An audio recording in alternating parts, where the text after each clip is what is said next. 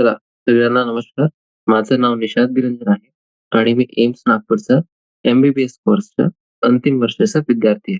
आजचं आपलं टॉपिक आहे organic chemistry, some basic principles and techniques आणि हे चॅप्टरचा आज आपण चौथा पार्ट घेऊ. याचा अगोदर आपण हे चॅप्टरचे 3 पार्ट्स घेतलेले आहेत आणि ते जे आपले 3 पार्ट्स होते, त्याच्यामध्ये आपण खूप सारे जे ऑब्जेक्टिव्हज आहेत ते कव्हर केलेले होते.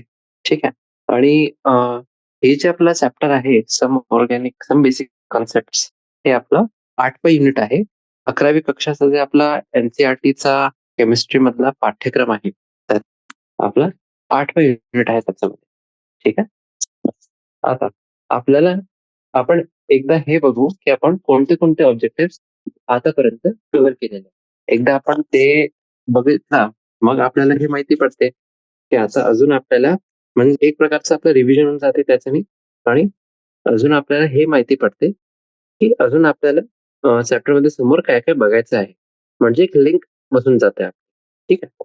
तर सगळ्यात पहिले आपण हे बघितलेलं होतं की जे आपलं कार्बन आहे, कार्बनचे टेट्राव्हॅलन्सीसाठी कोणते कारण राहतात आणि जे आपले ऑर्गॅनिक मॉलिक्युल्स आहेत, ऑर्गॅनिक मॉलिक्युल्स म्हणजे काय, त्यांच्यामध्ये कार्बन आहे आणि जे आपले प्रोटीन, डीएनए, कार्बोहायड्रेट याचे बनलेले आहे, त्यांचे शेप कसे राहतात.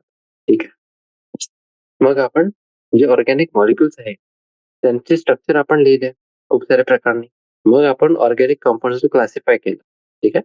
त्याच्यानंतर आपण काय बघितलं, मग हे आपण ऑब्जेक्टिव्ह काल बघितलेले होते. हम्म. आपण जे कंपाऊंड्स आहे त्यांचा आपण नॉमेनक्लेचर केला, म्हणजे त्यांचं नाव दिलं आपण आणि एक पर्टिक्युलर सिस्टम राहते, एक पर्टिक्युलर आपला सेट ऑफ रूल्स राहतात त्यांचे. ते जे आपले रूल्स आहेत ते कोणते आहे, IUPAC सिस्टम ऑफ नॉमेनक्लेचर. बरोबर, हे आले. आणि मग यांचे स्ट्रक्चर जे आहे आपले, ते स्ट्रक्चर्स पण आपण आयडेंटिफाय केले त्यांचे नावाने आपण. ठीक आहे. मग एकदा हे आपल्याला क्लासिफिकेशन समजलं, आपल्याला जे शेप आहे ऑर्गॅनिक मॉलिक्युल्स ते माहिती झाले. त्याच्यानंतर आपण जे कंपाऊंड्स आहे त्यांचं नाव आपण पण दिलं होतं according to IUPAC system of nomenclature. मग जे ऑर्गॅनिक रिएक्शन मेकॅनिझम आहे, तर आपण ऑर्गॅनिक रिएक्शन मेकॅनिझमचा कन्सेप्ट समजला की त्याच्यामध्ये कोणते स्टेप्स राहतात, कोणते फॅक्टर्स राहतात. मग आपण काय केलं, मग आपण जे इन्फ्लुएन्स आहे replacement on structure and reactivity of organic compound, ते इन्फ्लुएन्स आपण त्यात आपण एक्सप्लेन केलं की इलेक्ट्रॉन्स डिस्प्लेसमेंट आहे ते रिएक्शन मध्ये ते कसं आपलं इन्फ्लुएन्स करते. मग आज आपल्याला काय बघायचंय ते बघू आपण. आपण सगळ्यात पहिले आता एकदा आपल्याला हे बेसिक इन्फॉर्मेशन भेटले, मग आपण रेकग्नाइज करू टाइप ऑफ ऑर्गॅनिक रिएक्शन. मग एकदा आपल्याला टाइप्स माहिती झाले हे ऑर्गॅनिक रिएक्शनचे, मग आपण ऑर्गॅनिक कंपाऊंडचे प्युरिफिकेशन साठी जे टेक्निक्स असतात ते बघू. ठीक आहे. मग आपण बघू दोन स्पेशल आपले टॉपिक. हे 2 टॉपिक्स आहेत ते कोणते आहेत, अनालिसिस ऑफ ऑर्गॅनिक कंपाऊंड्स आणि quantitative analysis of organic compounds. हे जे दोघे आपले अनालिसिस आहे यासाठी आपण केमिकल रिएक्शन बघू आणि बेसिक प्रिन्सिपल्स म्हणजे कोणते सेट ऑफ प्रिन्सिपल्स असे आहे जे आपले हे पूर्ण प्रोसेसला गव्हर्न करतात. ठीक आहे. ठीक. हे बघा आपण हे बघितलेलं होतं की जे सबस्ट्रेट आणि रिएजंट आहे. ठीक आहे. सबस्ट्रेट आणि रिएजंट हे दोन आपले टर्म्स आहे, त्याचे काय अर्थ राहते. मग आपण एक रिएक्शन पण बघितलेली होती, CH2 डबल बॉन्ड CH, ते रिएक्ट करते ब्रोमीन गॅस सोबत आणि आपल्याला प्रोडक्ट काय भेटत आहे, CH2Br बॉन्ड CH2Br. इथे सबस्ट्रेट आपला काय होतं, CH2 डबल बॉन्ड CH2 आणि जे रिएजंट होतं आपला ते होतं ब्रोमीन गॅस Br2. ठीक आहे.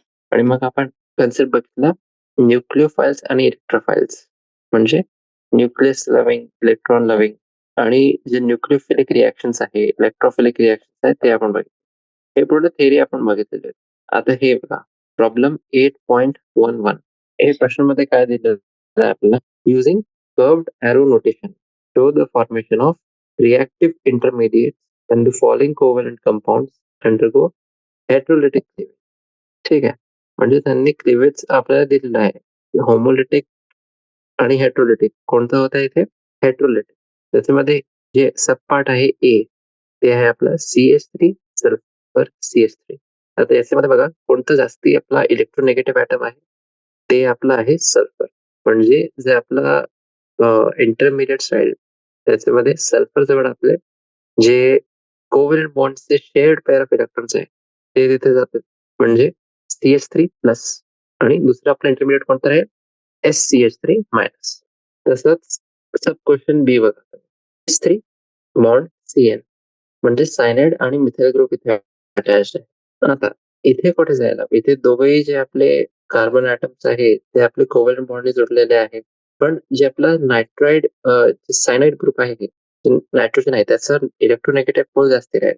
म्हणूनच जे इलेक्ट्रॉन्स आहे आपले शेअर्ड पेअर ऑफ इलेक्ट्रॉन्स ते CN चे कार्बन आहे तिथेच आहे. ठीक आहे. CH3+ आणि CN-. मग जे सी वाला आहे सी वाला आहे CH3Cu. आता Cu जे आहे ते एक मेटल आहे. मेटल म्हणजे ते आपला इलेक्ट्रोपॉझिटिव्ह नेचर राहील त्याचं. म्हणूनच इथे आपलं जे मिथाइल ग्रुप आहे त्याचं नाही. तिथे आपलं शेअर्ड पेअर ऑफ इलेक्ट्रॉन्स आहेत. म्हणजे हे जे आपलं रिएक्टिव्ह इंटरमिडिएट आहे ते आहे CH3- आणि कॉपर दॅट इज Cu+. ठीक आहे. तसंच बघा 8.12 याच्यामध्ये आपल्याला जस्टिफिकेशन द्यायचं आहे आणि गिव्हिंग जस्टिफिकेशन कॅटेगराइज हे जे मॉलिक्युल्स आहे किंवा आयन्स आहे ॲज न्यूक्लियोफाइल आहे की ते इलेक्ट्रोफाइल आहे. ठीक आहे. आणि कोणती स्पीशीज आहे ते HS-, BF3, C2H5O-, CH3 3 times N, Cl+, CH3C+, double bond O, NH2- आणि NO2+. ठीक आहे. आता यांच्यामध्ये आपले जे न्यूक्लियोफाइल्स कोणते बघा HS-, C2H5O-, CH3 3 times N, मग NH2-. हे स्पीशीज आपले न्यूक्लियोफाइल्स का बरं आहे कारण की यांचे जवळ आपले अनशेअर्ड पेअर ऑफ इलेक्ट्रॉन्स आहे जे आपण डोनेट करू शकतो आणि जे आपले शेअर होऊ शकतात कोणतेही इलेक्ट्रोफाइल सोबत. ठीक आहे. जसं आपले इलेक्ट्रोफाइल्स आहे. इलेक्ट्रोफाइल्स कोणते आहे आपले BF3, Cl+, CH3C+, T double bond O, NO2+. ठीक आहे. हे आपले इलेक्ट्रोफाइल्स का बरं आहे कारण की जे रिएक्टिव्ह साइट्स आहे त्यांच्या जवळ फक्त 6 व्हॅलेन्स इलेक्ट्रॉन पेअर आपलं एक्सेप्ट करू शकतात. ठीक आहे. मग प्रॉब्लेम 8.13 बघा. आपल्याला हे जे कंपाऊंड्स आहे त्यांच्यामध्ये इलेक्ट्रोफिलिक सेंटर आयडेंटिफाय करायचं आहे. CH3CH डबल बॉन्ड O, मग CH3CN, CH3I. आता जितके आपले आहे त्याच्यामध्ये इलेक्ट्रोफिलिक सेंटर आपण कसं डिनोट करू एक ऍस्टेरिक साइन आपण काढू तिथे. ठीक आहे. म्हणजे C डबल बॉन्ड O जे आहे ते वाला कार्बन बघा ते आपलं इलेक्ट्रोफिलिक सेंटर आहे.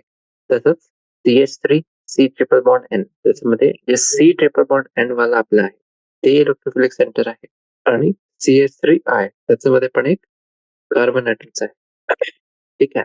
तर याच्याने आपल्याला क्लिअर झालं की इलेक्ट्रोफिलिक आणि न्यूट्रोफिलिक जे सेंटर्स असतात आणि जे नेचर असतात कंपाऊंड्सचे ते वाले. ठीक आहे. तर इलेक्ट्रॉन मूव्हमेंट बघा आता ऑर्गॅनिक रिएक्शन्स मध्ये. ठीक आहे.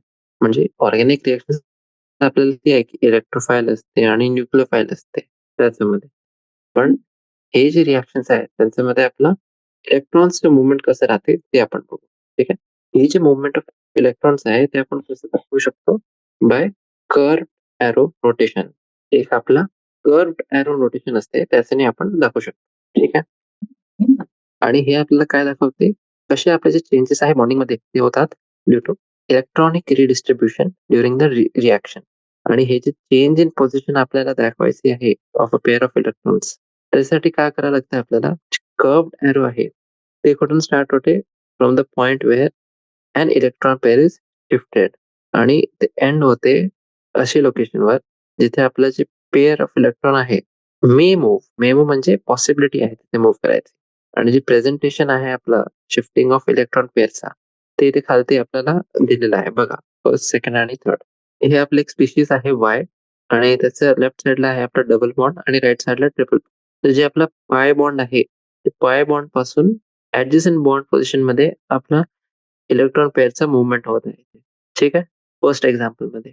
दुसरं एक्झाम्पल बघा त्याच्यामध्ये जे आपला एरो हेड आहे ते बघा ते आपल्या त्या ऍटम वर आहे त्याचं एरो जे आहे म्हणजे जे इलेक्ट्रॉन पेअरचं शिफ्टिंग आहे ते आहे from pi bond to adjacent atom. याचा अगोदर काय होतं ऍडजसंट बॉन्ड पोझिशन इथे ऍडजसंट ऍटम आहे. आणि तिसरा तिसरं जे आपलं एक्झाम्पल आहे त्याच्यामध्ये जे आपला ॲटम आहे, जे बॉन्डेड आहे, त्याच्याजवळ एक लोन पेअर ऑफ इलेक्ट्रॉन्स आहे. आता हे लोन पेअर ऑफ इलेक्ट्रॉन्स जे आहे ते त्यांचे ॲडजस्टंट बॉन्ड पोझिशन जे आहे तिथे शिफ्ट होऊ शकतात. म्हणजे from atom to adjacent bond position. ठीक आहे. हे होतं आपलं एक शेअर्ड पेअर ऑफ इलेक्ट्रॉनसाठी. आता जर आपल्याला सिंगल इलेक्ट्रॉनचं मूव्हमेंट दाखवायचं आहे, तर त्याच्यासाठी आपण कसं इंडिकेट करू त्याला? Single barbed fish hook. ठीक आहे. म्हणजे ते आपला हाफ हेडेड कर्व्हड एरो आहे.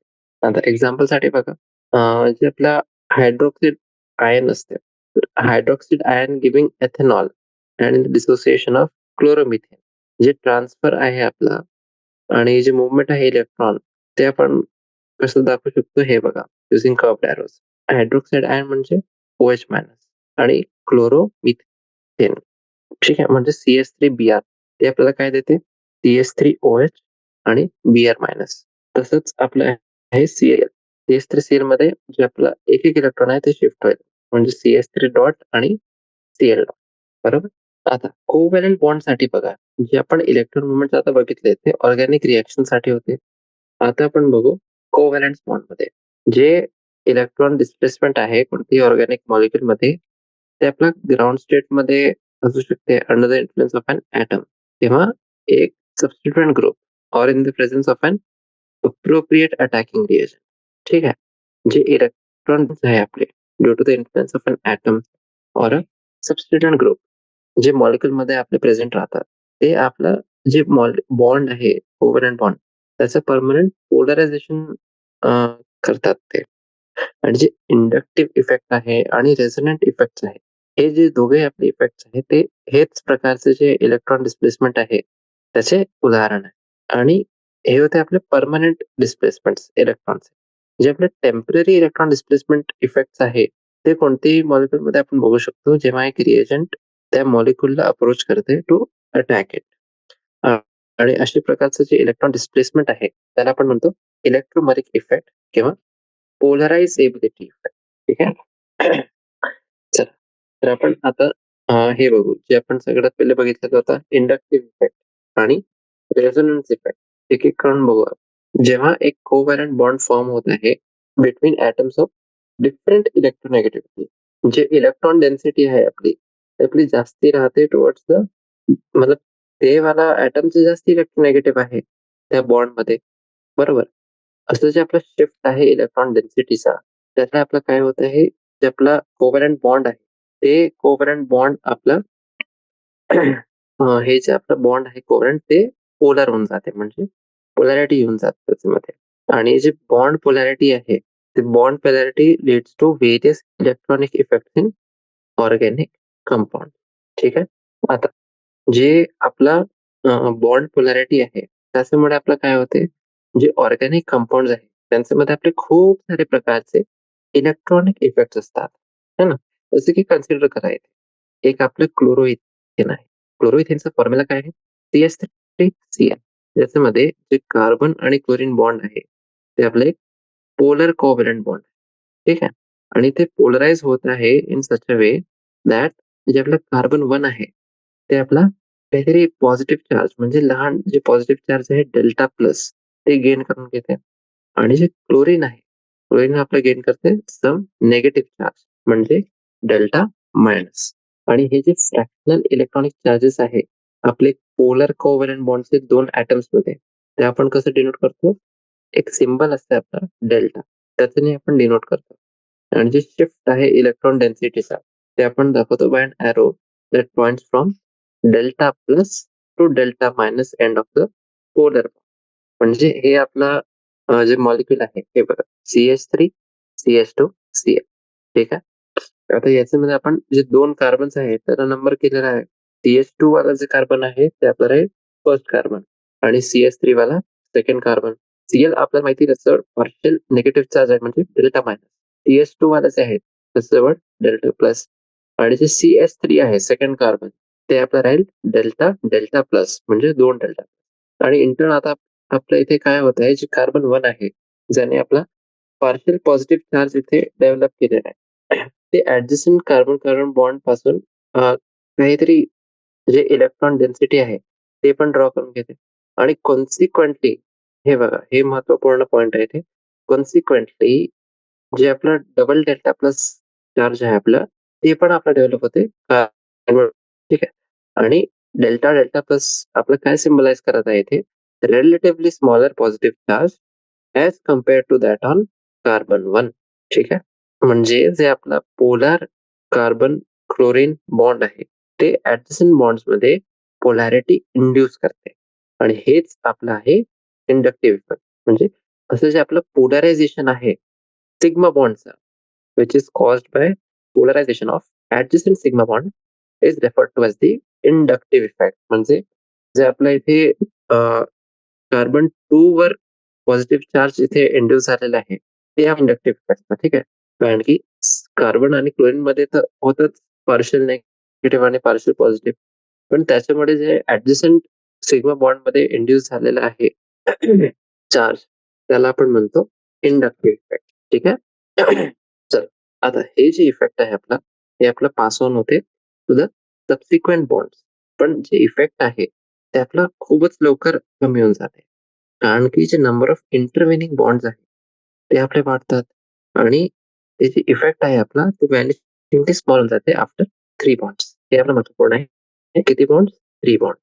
आणि जे आपलं इंडक्टिव्ह इफेक्ट आहे ते आपलं रिलेटेड आहे to the ability of substituents to either withdraw or donate electron density to the attached carbon atom.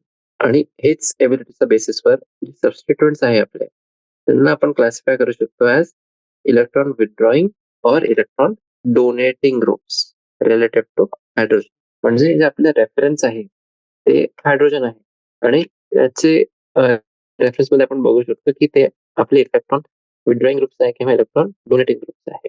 आता जे आपले हॅलोजन्स आहे आणि दुसरे जे ग्रुप्स आहे, जसे की आपले नायट्रो ग्रुप आहे, NO2, सायनो म्हणजे CN, कार्बोक्सी ग्रुप म्हणजे COOH, Easter group COOR, aryl oxy OAR.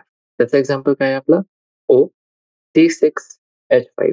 हे जे आपले ग्रुप्स आहेत ते आपले इलेक्ट्रॉन विथड्रॉइंग ग्रुप्स आहेत. आणि ऑन दी अदर हँड जे आपले अल्काइल ग्रुप्स आहेत, म्हणजे मिथाइल ग्रुप बॉन्ड CH3 आणि इथाइल ग्रुप जसे की आपले झाले बॉन्ड CH2 CH3, त्यांना आपण usually electron donating groups consider करतो. ठीक आहे.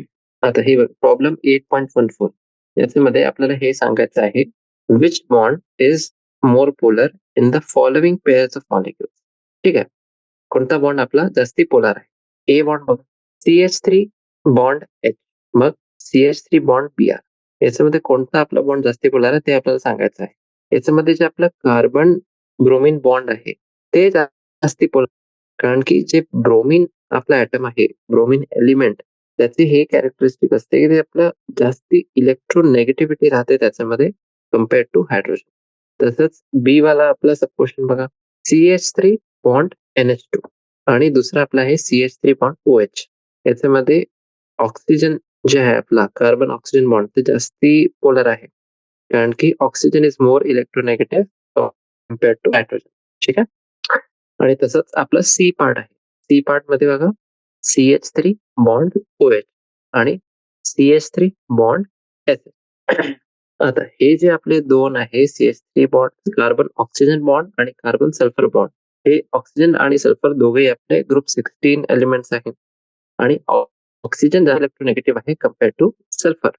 म्हणूनच जे कार्बन ऑक्सिजन बॉन्ड आहे ते आपला जास्ती पोलार राहील compare to carbon sulphur bond.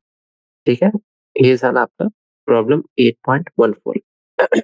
चला, जे 8.15 प्रॉब्लेम आहे आपली, त्याच्यामध्ये आपल्याला हे सांगायचं आहे, कोणता carbon carbon bond of CH3 CH2 CH2 Br, कोणत्या बॉन्ड मध्ये इंडक्टिव्ह इफेक्ट आहे ते आपण लिस्ट एक्सपेक्ट करत आहोत. ठीक आहे. जे मॅग्निट्यूड आहे इंडक्टिव्ह इफेक्टचा ते आपलं डिमिनिश होते as the number of intervening bonds increases. Hence जे आपलं इफेक्ट आहे ते आपला लिस्ट कोणत्यामध्ये राहते, in the bond between carbon 3 and hydrogen. ठीक आहे. हे होतं आपलं इंडक्टिव्ह इफेक्ट. आता आपण बघू दुसरा जे आपला इलेक्ट्रॉन डिस्प्लेसमेंटचा एक इफेक्ट आहे, रेझोनन्स स्ट्रक्चर. ते रेझोनन्स स्ट्रक्चर बघू आता. आता खूप सारे आपले असे ऑर्गॅनिक मॉलिक्युल्स आहेत, त्यांचं जे बिहेवियर आहे, ते आपण एक्सप्लेन म्हणजे सांगूच नाही शकत बाय सिंगल लिव्ह स्ट्रक्चर. आणि त्याचं एक्झाम्पल एक बघा कोणतं आहे असं, बेन्झीन. बेन्झीन असं मॉलिक्यूल आहे त्याचं सायक्लिक स्ट्रक्चर, त्याच्यामध्ये आपले ऑल्टरनेटिंग कार्बन कार्बन सिंगल आणि कार्बन कार्बन डबल बॉन्ड्स आहे. ठीक आहे. ते आपला इनएडिक्वेट आहे फॉर एक्सप्लेनिंग इट. बेन्झीन जे त्यांचे कॅरेक्टरिस्टिक प्रॉपर्टीज असतात, ते त्याच्याने एक्सप्लेन नाही करू शकता आपण. जे आपलं बेसिक स्ट्रक्चर आहे त्याचं, म्हणजे कार्बन कार्बन सिंगल बॉन्ड आहे आणि ऑल्टरनेट मध्ये कार्बन कार्बन डबल बॉन्ड्स पण, है ना. आणि ऍज पर जे आपला हे वरती तुम्ही बघा जे रिप्रेझेंटेटिव्ह डायग्राम आहे, जे बेन्झीन आहे आपलं एक मॉलिक्यूल, ते फक्त दोन डिफरंट बॉन्ड लेन्थ एक्झिबिट करायला पाहिजे. पण आणि जे आपले कशामुळे आहे कार्बन कार्बन सिंगल बॉन्ड आणि कार्बन कार्बन डबल बॉन्ड. पण जे आपण एक्सपेरिमेंटली डिटरमाइन केलेलं आहे, बेन्झीन मध्ये एक uniform carbon carbon bond distance असते आणि ते आपलं असते ऑफ 139 पिकोमीटर. हे जे व्हॅल्यू आहे आपली, ते आपली इंटरमिडिएट आहे बिटवीन जे सिंगल बॉन्ड आणि डबल बॉन्डची जे डिस्टन्स आहे. सिंगल बॉन्डचं किती आहे व्हॅल्यू? 154 पिकोमीटर. डबल बॉन्डचं आहे 134 पिकोमीटर. आणि जे आपण एक्सपेरिमेंटली डिराईव्ह केलं आहे, ते किती होतं? 139 पिकोमीटर, म्हणजे हे इंटरमिडिएट आहे. हेन्स जे आपला स्ट्रक्चर आहे बेन्झीनचा, त्याला आपण रिप्रेझेंट नाही करू शकतो ॲडिक्वेटली बाय हे जे आपण वरचं आपलं जे स्ट्रक्चर होतं. आणि फर्दर बघा, बेन्झीनला आपण इक्वली कसं रिप्रेझेंट करू शकतो? बाय एनर्जेटिकली आयडेंटिकल स्ट्रक्चर, जे आपले 1 आणि 2 आहे. हे जे 2 स्ट्रक्चर्स आहेत त्याच्यामध्ये काय होत आहे, जे आपले अल्टरनेट बॉन्ड पोझिशन आहे, तिथे आपला सिंगल बॉन्ड आहे आणि डबल बॉन्ड त्याच्यासोबत अल्टरनेट करत आहे. ठीक आहे. म्हणजे जे ॲटम्सचं नंबरिंग आहे ते सेम आहे. पण जे 1 आणि 6 च्या मधात जे फर्स्ट डायग्राम आहे त्याच्यामध्ये सिंगल बॉन्ड आहे. सेकंड डायग्राम मध्ये तिथे डबल बॉन्ड. ठीक आहे. आणि अकॉर्डिंग टू रेझोनन्स थिअरी, जे आपण चौथ्या युनिटमध्ये बघितलेली होती. है ना. रेझोनन्स थिअरी आपल्याला काय म्हणते, जे ऍक्च्युअल स्ट्रक्चर आहे बेन्झीनचा, ते आपण कोणत्याही असं स्ट्रक्चर्सनी आपण ॲडिक्वेटली रिप्रेझेंट नाही करू शकतो. आणि जे बेन्झीनचं आपलं ऍक्च्युअल स्ट्रक्चर आहे, ते हायब्रिड आहे. हे 2 स्ट्रक्चर्स आहेत, 1 आणि 2. आणि हे जे 2 स्ट्रक्चर्स आहे 1 आणि 2, त्यांना आपण रेझोनन्स स्ट्रक्चर्स म्हणतो. ठीक आहे. आणि हे जे आपलं रेझोनन्स स्ट्रक्चर्स आहे, त्यांना आपण कॅनॉनिकल स्ट्रक्चर्स किंवा कॉन्ट्रिब्युटिंग स्ट्रक्चर्स पण म्हणतात. हे आपले हायपोथेटिकल आहे आणि इंडिव्हिज्युअली हे कोणत्याही रिअल मॉलिक्युलला रिप्रेझेंट नाही करतात. ठीक आहे. खूप महत्वपूर्ण स्टेटमेंट आहे. कॅनॉनिकल स्ट्रक्चर्स आहे, कॉन्ट्रिब्युटिंग स्ट्रक्चर्स, ते हायपोथेटिकल असतात आणि इंडिव्हिज्युअली जर आपण म्हणू की हे कोणत्याही मॉलिक्युलला रिप्रेझेंट करत आहे, तसं नाही होत. आणि जे आपलं ऍक्च्युअल स्ट्रक्चर आहे, त्याच्यामध्ये त्यांचं कॉन्ट्रिब्युशन राहते, पण ते कॉन्ट्रिब्युशन जे आहे ते in proportional to their stability असते. म्हणजे जितकं जास्त स्टेबल ते स्ट्रक्चर राहील, तेवढं जास्त त्याचं कॉन्ट्रिब्युशन ऍक्च्युअल स्ट्रक्चर. ठीक आहे.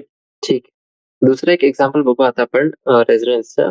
ते आपल्याला प्रोव्हाइड होते बाय नायट्रोमिथेन. ठीक आहे. कोणतं मॉलिक्यूल? नायट्रोमिथेन. CH3NO2. ज्याला आपण 2 लेव्ह स्ट्रक्चर्सनी रिप्रेझेंट करू शकतो. ते 2 लेव्ह स्ट्रक्चर्स कोणते आहे बघा. आणि हे जे 2 स्ट्रक्चर्स आहे, त्यांच्यामध्ये 2 प्रकारचे आपले नायट्रोजन ऑक्सिजन बॉन्ड्स आहेत. एक आपलं स्ट्रक्चर आहे CH3 bond nitrogen positive charge, double bond oxygen आणि सिंगल बॉन्ड O-. दुसरं जे आपलं स्ट्रक्चर आहे त्याच्यामध्ये असंच आहे, पण दुसऱ्या ऑक्सिजन सोबत हे रिएक्शन होत आहे. ठीक आहे. पण हे हे नोन आहे की जे हे 2 आपले नायट्रोजन ऑक्सिजन बॉन्ड्स आहे नायट्रोमिथेनचे, ते आपले सेम लेंथचे राहतात. म्हणजे हे पण आपले इंटरमिडिएट आहे between nitrogen oxygen single bond आणि नायट्रोजन ऑक्सिजन डबल बॉन्ड. ठीक आहे. जे ऍक्च्युअल स्ट्रक्चर आहे नायट्रोमिथेनचा, हे देअरफॉर आपलं एक रेझोनन्स हायब्रिड आहे 2 कॅनॉनिकल फॉर्म्सचं. जे वरती इथे 2 आपले कॅनॉनिकल फॉर्म्स आहे 1 आणि 2. हे दोघांचाच ते एक रेझोनन्स हायब्रिड आहे. आणि जी एनर्जी आहे आपल्या ऍक्च्युअल स्ट्रक्चरची ऑफ द मॉलिक्यूल, म्हणजे जे आपला रेझोनन्स हायब्रिड आहे, ते आपली कमी असते, म्हणजे lower than that of any of the canonical structures. जे डिफरन्स इन एनर्जी आहे बिटवीन द ऍक्च्युअल स्ट्रक्चर आणि लोएस्ट एनर्जी रेझोनन्स स्ट्रक्चर, ते एनर्जी डिफरन्सला आपण म्हणतात रेझोनन्स स्टेबिलायझेशन एनर्जी, किंवा सिम्पली त्याला आपण रेझोनन्स एनर्जी पण म्हणू शकतो. ठीक आहे. ही आपली झाली डेफिनेशन रेझोनन्स स्टेबिलायझेशन एनर्जी. आणि जितकी जास्त आपले इम्पॉर्टंट कॉन्ट्रीब्युटिंग स्ट्रक्चर्स राहील तेवढे जास्ती त्याची रेझोनन्स एनर्जी राहील. आणि रेझोनन्स आपलं पर्टिक्युलरली केव्हा महत्वपूर्ण होऊन जाते, जेव्हा हे जे आपले कॉन्ट्रीब्युटिंग स्ट्रक्चर्स आहे ते एनर्जीमध्ये इक्विव्हॅलन्स. ठीक आहे. आणि आपण आता कोणते कोणते रूल्स आपल्याला अप्लाय करायचे आहे जेव्हा आपण हे रेझोनन्स स्ट्रक्चर्स लिहितो ते बघू आपण. जे आपले रेझोनन्स स्ट्रक्चर्स आहे त्यांच्यामध्ये जे न्यूक्लियरचे पोझिशन्स आहे ते आपली सेम राहते आणि same number of unpaired electrons राहतात त्यांच्यामध्ये. आणि जितके आपले रेझोनन्स स्ट्रक्चर्स आहे त्यांच्यामध्ये the one which has more number of covalent bonds. ठीक आहे. त्याच्यामध्ये आपले सगळ्यात जास्ती कोव्हॅलंट बॉन्ड्स आहे म्हणजे. आणि जितके आपले ॲटम्स आहे त्यांच्यामध्ये आपले ऑक्टेट ऑफ इलेक्ट्रॉन सॅटिस्फाय होत आहे म्हणजे 8 इलेक्ट्रॉन्स त्यांचे व्हॅलन्स शेअर मध्ये आहे. एक्सेप्ट हायड्रोजन कारण की हायड्रोजनचं फक्त ड्युप्लेट पॉसिबल आहे. Less separation of opposite charges म्हणजे negative charge if any on more electronegative atom. Positive charge if any on more electropositive atom. आणि जास्ती डिस्पर्सल आपण राहील चार्जचा ते आपले जास्ती स्टेबल राहील कम्पेअर्ड टू अदर्स. म्हणजे हे जे पूर्ण आपलं क्रायटेरिया आहे इथे ते आपला स्टेबिलिटीचं आहे ऑफ रेझोनन्स स्ट्रक्चर्स. ठीक आहे. हे पूर्ण जे थिअरी आहे ते आता आपण प्रश्नामध्ये बघू. Problem 6 write resonance structures of CH3 COO minus आणि show the movement of electrons by curved arrow. पहिले आपण काय करू, हे जे स्ट्रक्चर आहे ते बेसिक स्ट्रक्चर त्याचा लिहून घेऊ आणि जे अनशेअर्ड पेअर्स आहे बॅलन्स इलेक्ट्रॉन्सचे ते आपण अप्रोप्रिएट ॲटमवर दाखवून देऊ. मग आपण जे एरोज आहे ते one at a time draw करू, moving the electrons to get the other. CH3 C double bond O minus. एक लोन पेअर आपला येत आहे फ्रॉम ॲटम टू बॉन्ड आणि दुसरं आपलं जे शेअर्ड पेअर ऑफ इलेक्ट्रॉन्स आहे ते ऑक्सिजन ॲटमवर झाले. हे आपले 2 स्ट्रक्चर्स झाले resonance structures CH3 COO minus. ठीक आहे. मग 8.17 बघा. याच्यामध्ये आपल्याला रेझोनन्स स्ट्रक्चर लिहायचे आहे.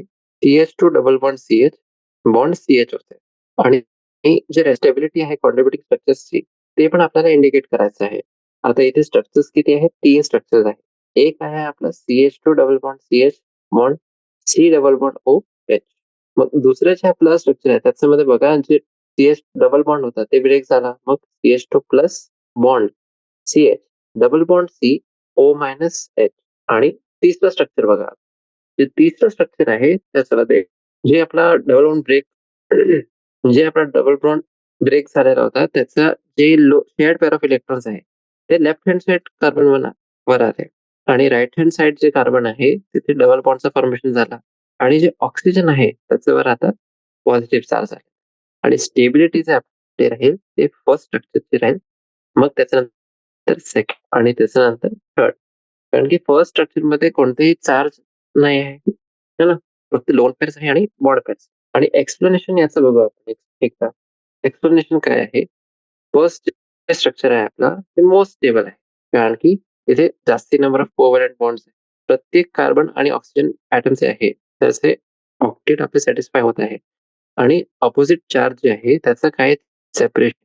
दुसरं जे आपला स्ट्रक्चर आहे त्याच्यामध्ये नेगेटिव्ह चार्ज आहे आपला जास्ती इलेक्ट्रोनेगेटिव्ह ॲटमवर म्हणजे ऑक्सिजनवर आणि पॉझिटिव्ह चार्ज आपला मोर इलेक्ट्रोपॉझिटिव्ह ॲटमवर आहे. थर्ड स्ट्रक्चर बघा याच्यामध्ये हे थर्ड स्ट्रक्चर ते कंट्रीब्युट करतच नाही कारण की ऑक्सिजनवर पॉझिटिव्ह चार्ज आहे आणि कार्बनवर निगेटिव्ह चार्ज आहे म्हणजे हे ऑपोजिट झालं. म्हणूनच हे जे आपलं स्ट्रक्चर आहे ते आपला लीस्ट स्टेबल आहे. ठीक आहे. हे होतं आपलं प्रॉब्लेम 8.17. आता 8.18 प्रॉब्लेम. त्याच्यामध्ये आपल्याला हे एक्सप्लेन करायचं आहे की जे फॉलोइंग 2 स्ट्रक्चर्स आहे 1 आणि 2 ते आपले मेजर कॉन्ट्रीब्युटर्स का बरं नाही असू शकतात for the real structure of CH3 COO CH3. ठीक आहे. फर्स्ट जे आपलं स्ट्रक्चर आहे त्याच्यामध्ये बघा CH3 T bond oxygen CH3 आणि जे ऑक्सिजन आहे कार्बनवर पॉझिटिव्ह चार्ज आणि ऑक्सिजनवर निगेटिव्ह चार्ज. दुसरं आपलं स्ट्रक्चर आहे त्याच्यामध्ये CH3 carbon bond O minus double bond O plus bond CH3. आता हे जे 2 आपले स्ट्रक्चर्स आहे ते आपले कमी इम्पॉर्टंट कॉन्ट्रीब्युटर्स असतात कारण की त्यांच्यामध्ये आपला चार्ज सेपरेशन आहे है ना. आणि ऍडिशनली स्ट्रक्चर 1 आहे. स्ट्रक्चर 1 आपला एक कार्बन ॲटम त्याच्यामध्ये आहे, त्याचं एक इनकम्प्लीट ऑक्टेट आहे. इनकम्प्लीट ऑक्टेट म्हणजे कोणतेही तुम्ही चॅप्टरमध्ये जा, कोणतेही प्रॉब्लेम सॉल्व्ह करा. Incomplete octet of carbon atom म्हणजे ते लीस्ट स्टेबल आहे. ठीक आहे? हे लक्षात ठेवा. चला, आता याच्यानंतर आपण बघू रेझोनन्स इफेक्ट. रेझोनन्स इफेक्टची डेफिनेशन काय आहे ते बघू आपण सगळं. रेझोनन्स इफेक्ट म्हणजे polarity produced in the molecule by the interaction of two pi bonds or between a pi bond and a lone pair of electrons present on an adjacent atom. ठीक आहे, म्हणजे ते मॉलिक्युल मध्ये polarity येत आहे, पण कशामुळे येत आहे ते इंटरॅक्शन ऑफ टू पाय बॉन्ड्स किंवा बिटवीन अ पाय बॉन्ड आणि एक लोन पेअर ऑफ इलेक्ट्रॉन्स जे आपला ऍडजस्टंट ऍटम वर प्रेझेंट. हे जे आपला इफेक्ट आहे ट्रान्समिट होते थ्रू द चेन. आणि दोन प्रकारचे आपले रेझोनन्स किंवा मिझोमेरिक इफेक्ट असतात, ज्यांना आपण आर इफेक्ट किंवा एम इफेक्ट म्हणतो.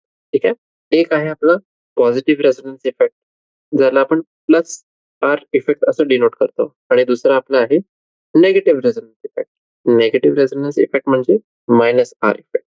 ठीक आहे, तर पॉझिटिव्ह रेझोनन्स इफेक्ट मध्ये काय आहे, जे ट्रान्सफर ऑफ इलेक्ट्रॉन्स आहे ते आपलं away from an atom or substituent group attach to the conjugated system. आणि हे जे आपलं इलेक्ट्रॉन डिस्प्लेसमेंट आहे ते आपल्या सर्टन पोझिशन्सला, कोणती मॉलिक्युलच्या सर्टन पोझिशन्सला ते हाय इलेक्ट्रॉन डेन्सिटी पोझिशन बनवून देते. आणि ऍनिलीन मध्ये आपण हे इफेक्ट बघू शकतो. ऍनिलीन म्हणजे बेन्झीन बॉन्ड NH. नायट्रोजन जवळ आपला एक दोन पेअर ऑफ इलेक्ट्रॉन्स आहे, आणि बेन्झीन मध्ये आपले ऑल्टरनेट सिंगल आणि डबल कार्बन कार्बन बॉन्ड्स आहे. तर जे आपला लोन पेअर आहे ते आपलं शिफ्ट होऊन जाईल कार्बन डबल बॉन्ड नायट्रोजन मध्ये. नायट्रोजन जवळ आपल्याला पॉझिटिव्ह चार्ज, आणि जे ऍडजस्टंट कार्बन आहे तिथे नेगेटिव्ह चार्ज. हे जे आपलं पूर्ण दोन पेअर ऑफ जे आपले शेअर इलेक्ट्रॉन्स होते बॉन्ड पेअरचे, ते आपले रोटेट होणार पूर्ण मॉलिक्युल मध्ये, आणि आपल्याला 3 कॅनॉनिकल स्ट्रक्चर्स भेटतील. ठीक आहे, तसंच बघा नेगेटिव्ह रेझोनन्स इफेक्ट. हे इफेक्ट केव्हा ऑब्झर्व करतो आपण, जेव्हा जे ट्रान्सफर ऑफ इलेक्ट्रॉन्स आहे ते आपलं आहे टुवर्ड्स द ॲटम किंवा सबस्टिट्यूएंट ग्रुप जे आपलं अटॅच्ड आहे टू द कॉन्जुगेट सिस्टम. जसं की एक्झाम्पल साठी बघा, नायट्रोबेन्झिन मध्ये जे आपलं हे इलेक्ट्रॉन डिस्प्लेसमेंट आहे त्याला आपण कसं डिपिक्ट करू शकतो. नायट्रोबेन्झिन म्हणजे बेन्झीन आणि बॉन्ड NO2. हे जे आपलं NO2 आहे मध्ये N डबल बॉन्ड O आणि जे एक लोन पेअर ऑफ इलेक्ट्रॉन्स आहे ते आपलं ऑक्सिजनला डोनेट करत आहे नायट्रोजन. त्याच्यामध्ये आपलं कसं आता रेझोनन्स राहील, ऑक्सिजन जे आपलं बॉन्ड पेअर आहे ते आपलं ब्रेक होईल, आणि O मायनस आणि जे कार्बन आहे ऍडजस्टंट कार्बन त्याच्यावर आपला पॉझिटिव्ह चार्ज राहील. हेच आपलं पॉझिटिव्ह चार्ज पूर्ण जे बेन्झीन रिंग आहे त्याच्यामध्ये रोटेट होईल, आणि इथे पण आपल्याला 3 जे कॅनॉनिकल स्ट्रक्चर आहे ते भेटतील. म्हणजे मायनस आर इफेक्ट मध्ये पॉझिटिव्ह चार्ज आपला फिरतो पूर्ण मॉलिक्युल मध्ये, आणि जे प्लस पॉझिटिव्ह रेझोनन्स इफेक्ट आहे प्लस आर इफेक्ट त्याच्यामध्ये नेगेटिव्ह चार्ज आपला फिरत आहे पूर्ण मॉलिक्युल.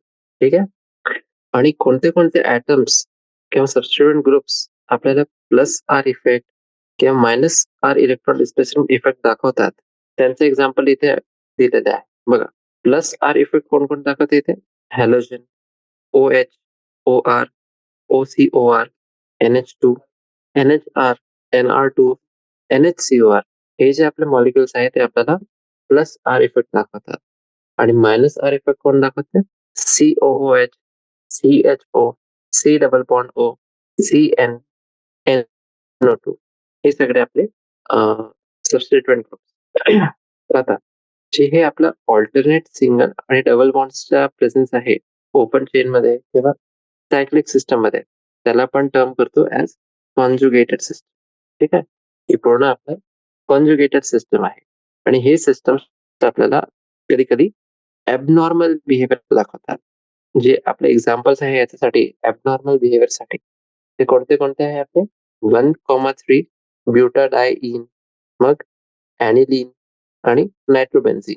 अशा सिस्टम्स मध्ये जे पाय इलेक्ट्रॉन्स आहेत ते आपले डिलोकलाइज होतात, आणि हे जे सिस्टम आहे ते आपला पोलॅरिटी डेव्हलप.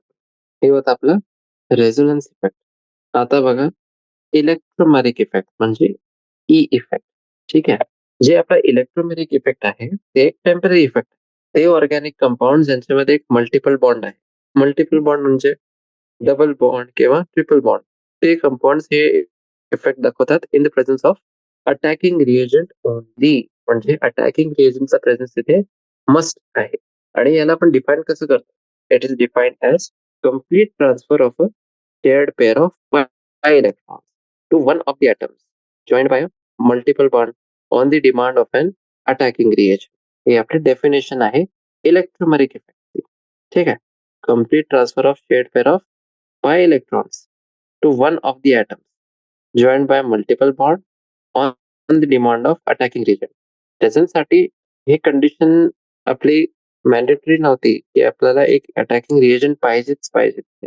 पण इथे in the presence of an attacking reagent only ही रिॲक्शन आपली समोर जाईल. आणि ॲज सून एज त्याला रिॲक्शनचा डोमेन पासून आपण काढलं, हे इफेक्ट आपला एनल होऊन जाते. ठीक आहे. आणि जेव्हा आपण हे रिॲक्शन हे इफेक्ट आपल्याला दाखवायचं आहे, त्याला आपण डिनोट करतो बाय कॅपिटल ई. आणि जे शिफ्टिंग आहे इलेक्ट्रॉन्सची त्याला आपण कसं दाखवतो? बाय अ कर्व्हड एरो. आणि दोन डिस्टिंक्ट आपले प्रकारचे इलेक्ट्रोमॅग्नेटिक इफेक्ट राहतात. कोणते कोणते? हे पण आपले रेझोनन्स सारखेच आहे. एक पॉझिटिव्ह आहे आणि एक निगेटिव्ह आहे. ठीक आहे. पॉझिटिव्ह इलेक्ट्रोमॅग्नेटिक इफेक्ट बघा, plus E effect.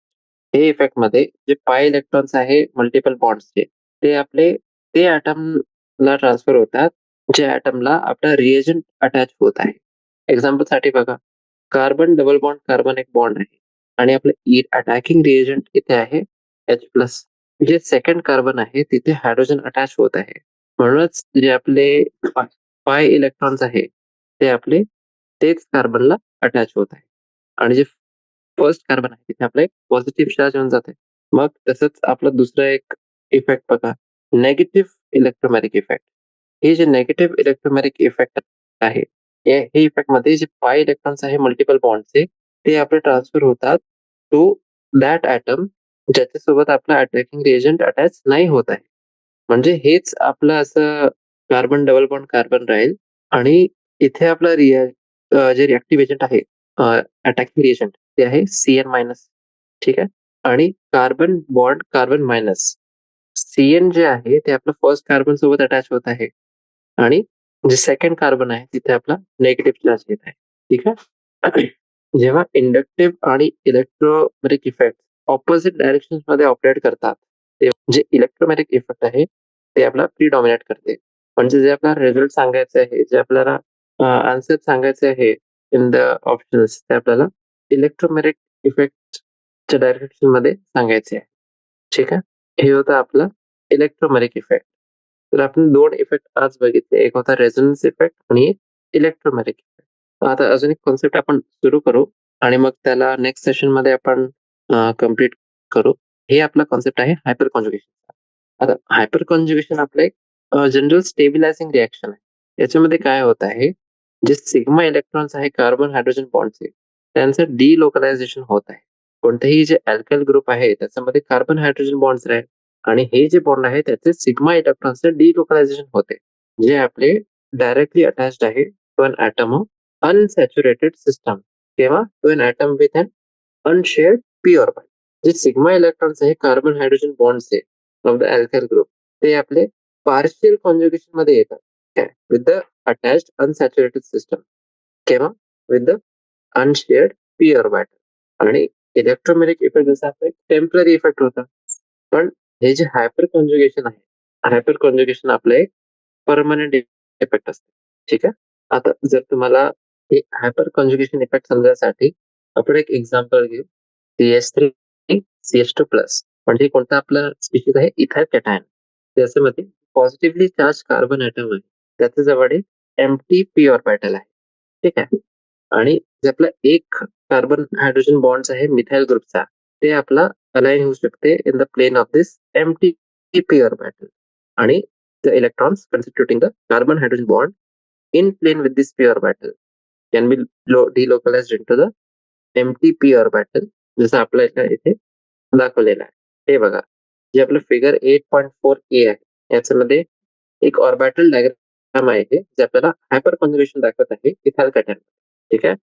Carbon bond carbon CH2 CH3 bond CH2+, जे एम्प्टी पी ऑर्बिटल्स आहे आणि जे आपलं carbon sp3 bond hydrogen 1s bond आहे ते ऑर्बिटल आणि एमटी ऑर्बिटल जे आहे दुसरा कार्बनचा त्याच्यामध्ये आपले हायपर कॉन्जुगेशनचा बॉन्ड बनवत आहे.